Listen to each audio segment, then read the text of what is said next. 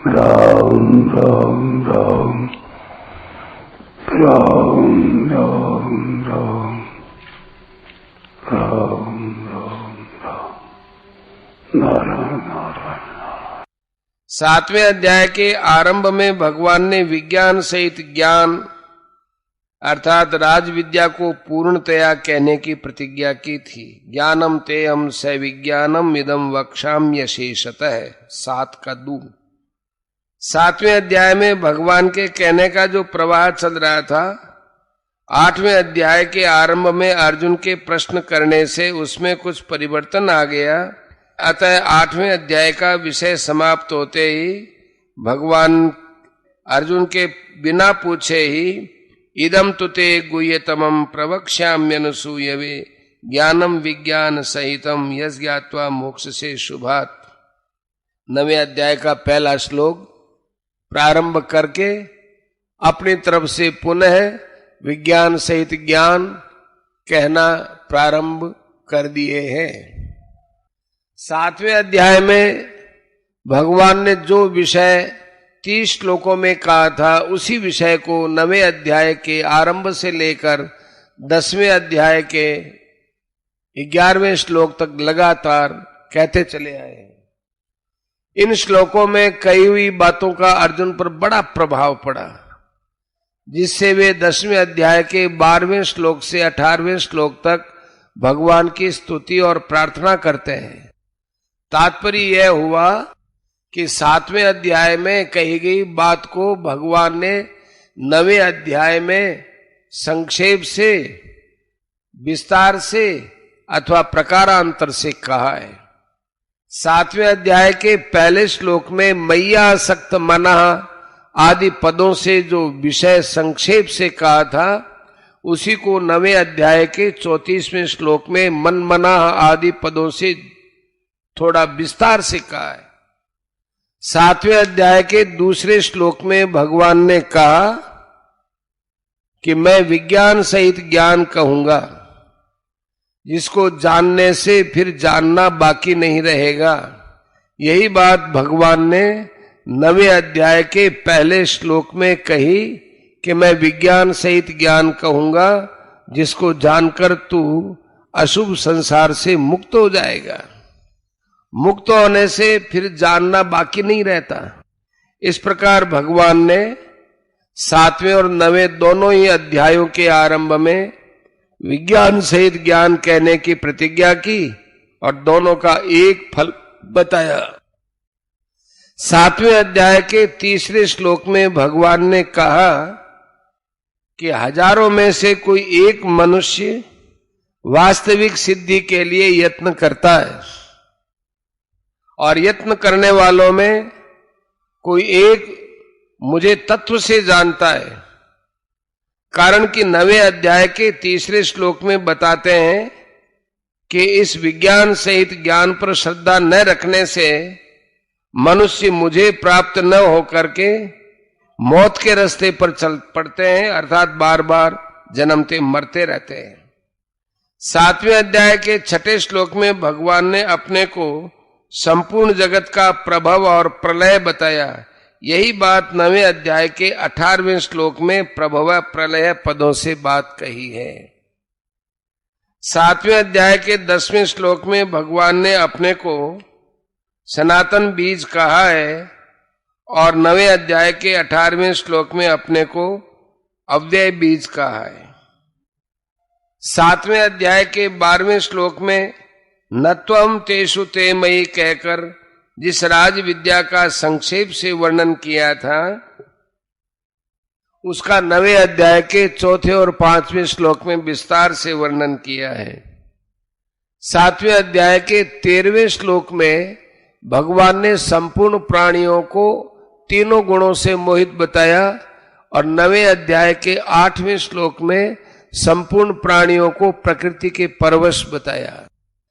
7वें अध्याय के 14वें श्लोक में भगवान ने कहा कि जो मनुष्य मेरे ही शरण हो जाते हैं वे माया को तर जाते हैं, और 9वें अध्याय के 22वें श्लोक में कहा कि जो अनन्य भक्त मेरा चिंतन करते हुए मेरी उपासना करते हैं उनका योगक्षेम मैं वहन करता हूं।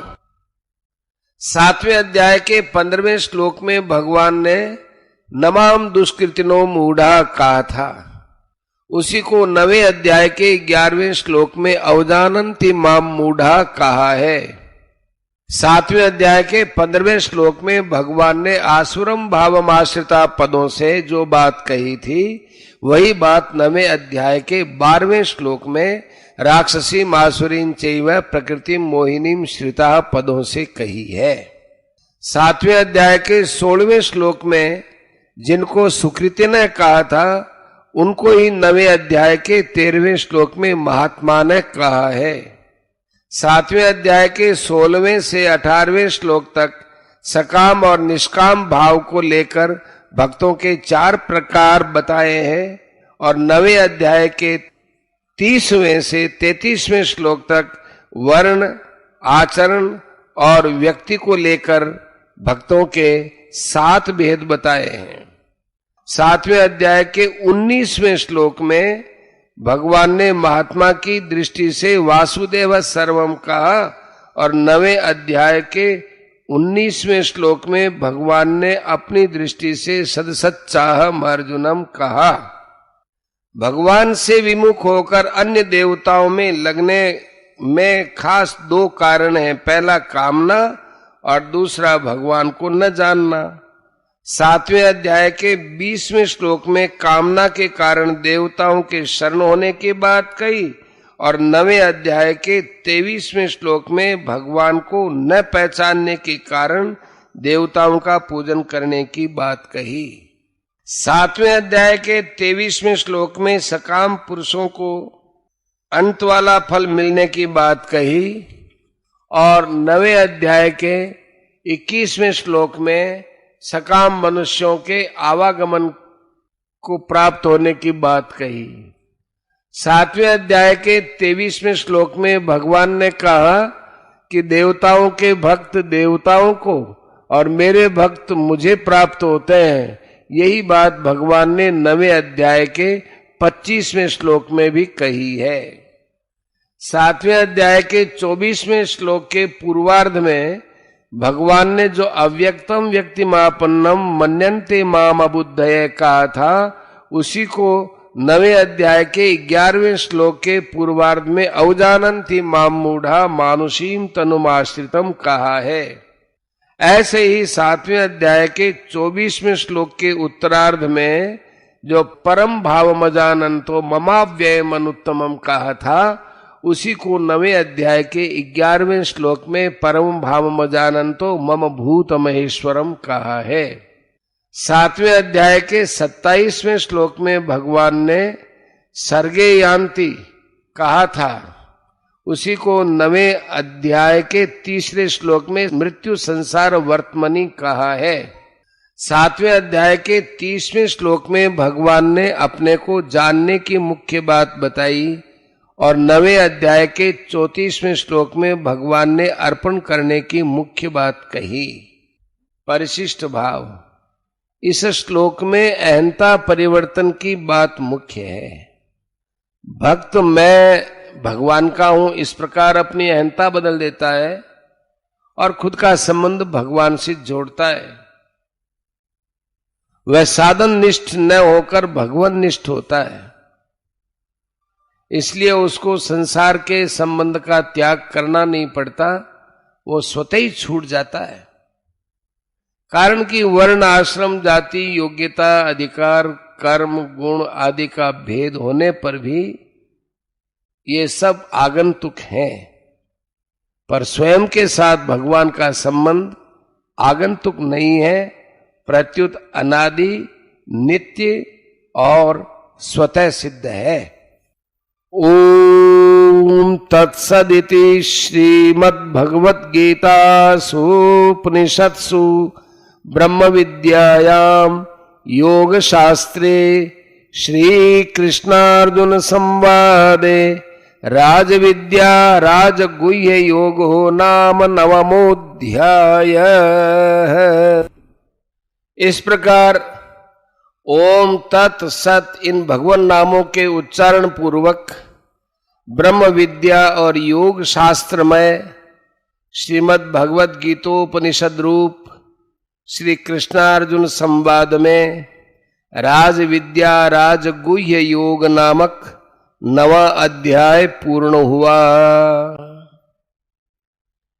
इस अध्याय में भगवान ने जो मया तत्मिदम सर्वम आदि उपदेश दिया, ये सब विद्याओं का राजा है।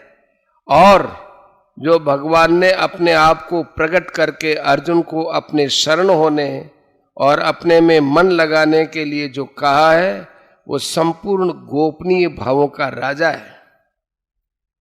इन दोनों राजविद्या और राजगुह्य को तत्व से समझ लेने पर योग का अनुभव हो जाता है। अतः इस अध्याय का नाम राजविद्या राजगुह्य योग रखा गया है।